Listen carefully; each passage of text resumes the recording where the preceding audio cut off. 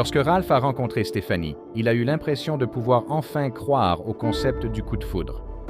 Ce n'est pas comme s'il s'était vraiment vu en public. Non, il la voyait simplement poster fréquemment sur un grand serveur Discord où il était modérateur. Mais un jour, il a trouvé le courage de lui envoyer une demande d'amis.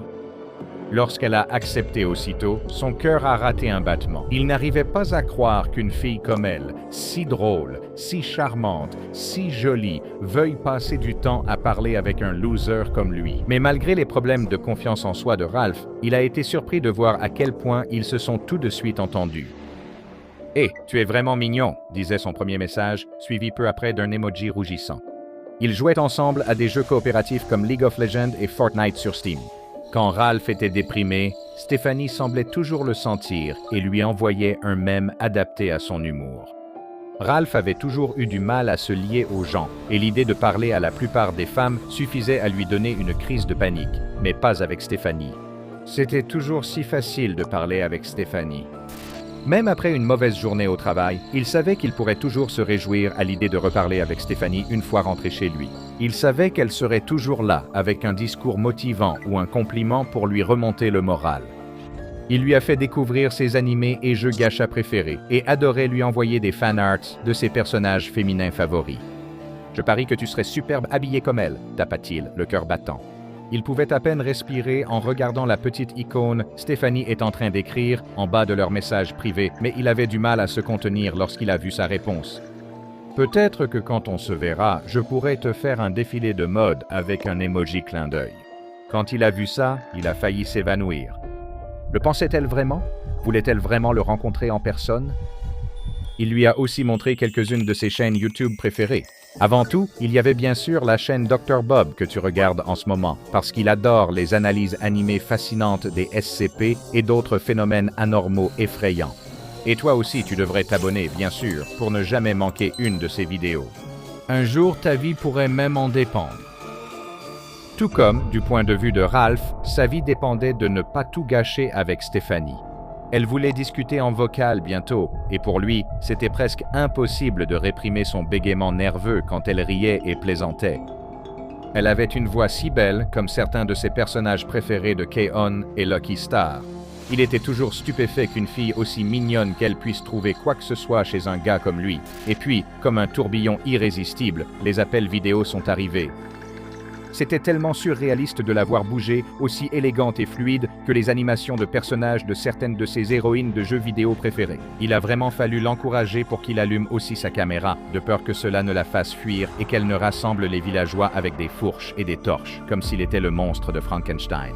Mais non, elle était comme dans leurs échanges, drôle, charmante, encourageante, pleine de rire et de sourire, un vrai ange en personne. Comme elle l'avait évoqué plus tôt à propos de son cosplay, il prit son courage et lui demanda si une rencontre réelle serait envisageable bientôt. Il s'attendait encore à ce qu'elle le bloque aussitôt et l'efface de sa vie.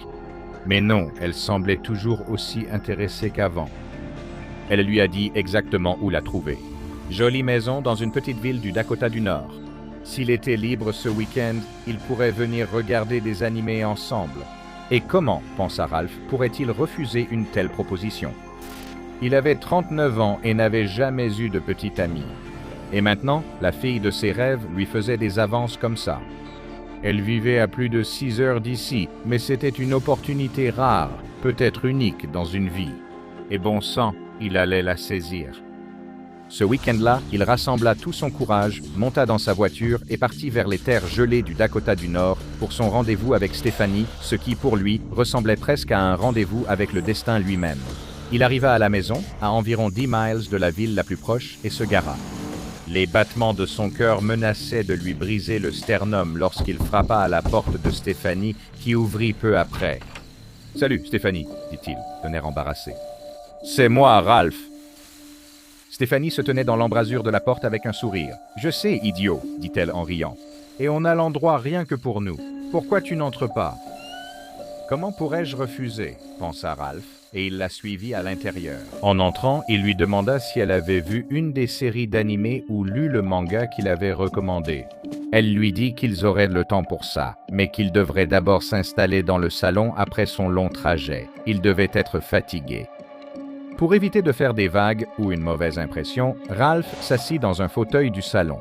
Stéphanie annonça qu'elle allait chercher les sandwichs préparés en cuisine. Très bien, un estomac vide ne faisait qu'accentuer la nervosité. Ralph savait au fond de lui qu'il n'aurait pas dû être là, que tout cela était mal. Elle était bien plus jeune que lui, mais le cœur veut ce qu'il veut. Ses parents avaient aussi une grande différence d'âge, alors qui était-il pour s'opposer à leurs désirs évidents? N'est-ce pas? Il lui vint soudain à l'esprit que Stéphanie avait été dans la cuisine. Étrange. Il décida d'aller voir comment allait Stéphanie, mais il se rendit compte qu'il avait étonnamment du mal à se libérer. C'était presque comme si le rembourrage collait, se fixant au tissu de ses vêtements, même à sa peau nue. Quand il parvint enfin à se dégager et à se relever, il constata que c'était étonnamment douloureux. En se levant, il remarqua que ses pieds n'étaient pas sur un sol stable. Le parquet vacillait comme de la pâte à modeler sous ses pieds.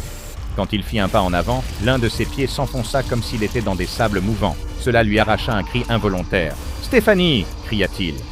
Que se passe-t-il? Ne t'inquiète pas. Ralphie?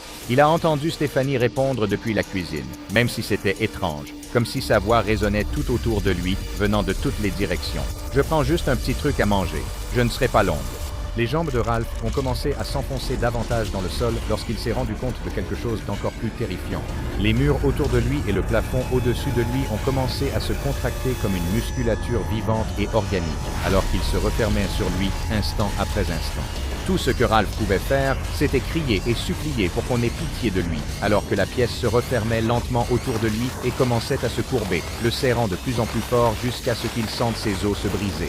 « Je n'allais rien faire, je le jure. » Il a crié avec le peu d'air qui lui restait. « Je le jure sur la tête de ma mère. » Encore une pression, et puis, dans un terrible craquement sous pression, Ralph a tout simplement éclaté, recouvrant les surfaces intérieures de la pièce qui se resserraient autour de lui d'un rouge luisant. Il y eut un bruit profond, guttural, de succion, comme si quelqu'un essayait de toutes ses forces d'aspirer les dernières gouttes d'un milkshake au fond du gobelet avec sa paille. La bouillie qu'avait été Ralph fut absorbée à travers les membranes perméables de la pièce déformée autour de lui. Puis, presque avec une sorte de soupir, elle reprit lentement mais sûrement son état d'origine. On ne pourrait même pas deviner qu'il avait été là. Plus tard dans la journée, un homme nommé Joshua, modérateur d'un serveur de fans de Miss Kobayashi's Dragon Maid, reçut soudainement une demande d'amis d'une jeune fille prénommée Kaylee. « Salut, tu es vraiment mignon », disait son premier message, suivi peu après d'un emoji rougissant.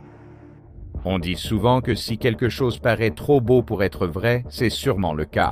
Et c'est justement le cas de ce que la Fondation SCP appelle SCP-789, le prédateur d'Internet. Et tout comme le double sens astucieux qui sert de nom à cette anomalie, celle-ci est bien plus qu'il n'y paraît. Dans sa forme la plus pure, SCP-789 est une maison discrète de 3 chambres située dans une zone rurale du Dakota du Nord. Elle est capable de faire apparaître une variété d'objets non humanoïdes sur sa propriété, comme des meubles et des luminaires, mais aussi des objets plus complexes, comme des ordinateurs de bureau fonctionnels et des webcams. Mais SCP-789 est également capable de faire apparaître des objets à apparence humanoïde, et ce sont principalement ceux-ci qu'il utilise pour chasser ses proies idéales. Ce n'est évidemment pas une vraie personne. Considérez cela comme une version bien plus avancée de l'appât bioluminescent qui pend devant la bouche d'une baudroie affamée. Cette excroissance humanoïde semble rechercher des adultes ayant eux-mêmes des tendances prédatrices, en les recherchant sur des forums, des salons de discussion en ligne, des réseaux sociaux et le plus souvent sur Discord. Tel un pêcheur expert, il laissera pendre l'appât jusqu'à ce qu'une personne assez sinistre morde à l'hameçon et tombe dans le piège. À ce stade, la délicate danse du chasseur et de la proie continue alors que SCP-789 tente d'attirer sa victime vers une rencontre en face à face au moyen de conversations écrites, de messages vocaux et de sessions en webcam pour lui donner un faux sentiment de sécurité. Bien sûr, pendant cette période, l'ironie veut que l'humain réel pense probablement qu'il a l'avantage. Mais ce serpent caché dans l'herbe ignore que, dans ce cas, c'est l'herbe qui a des dents. Si SCP-789 réussit sa stratégie de chasse, l'humain avec qui il a discuté décidera de se rendre dans le Dakota du Nord. En arrivant, la victime découvre l'entité humanoïde rencontrée en ligne, seule à la maison et prête à la voir, sans se douter qu'elle va droit dans la gueule du monstre. L'humanoïde les attirera à l'intérieur et les mettra à l'aise, tandis que la maison fera apparaître des meubles dans toutes les pièces où la victime est conduite. Quand la victime est totalement à l'aise et distraite par l'appât humanoïde, les éléments inanimés de la maison l'attaquent violemment.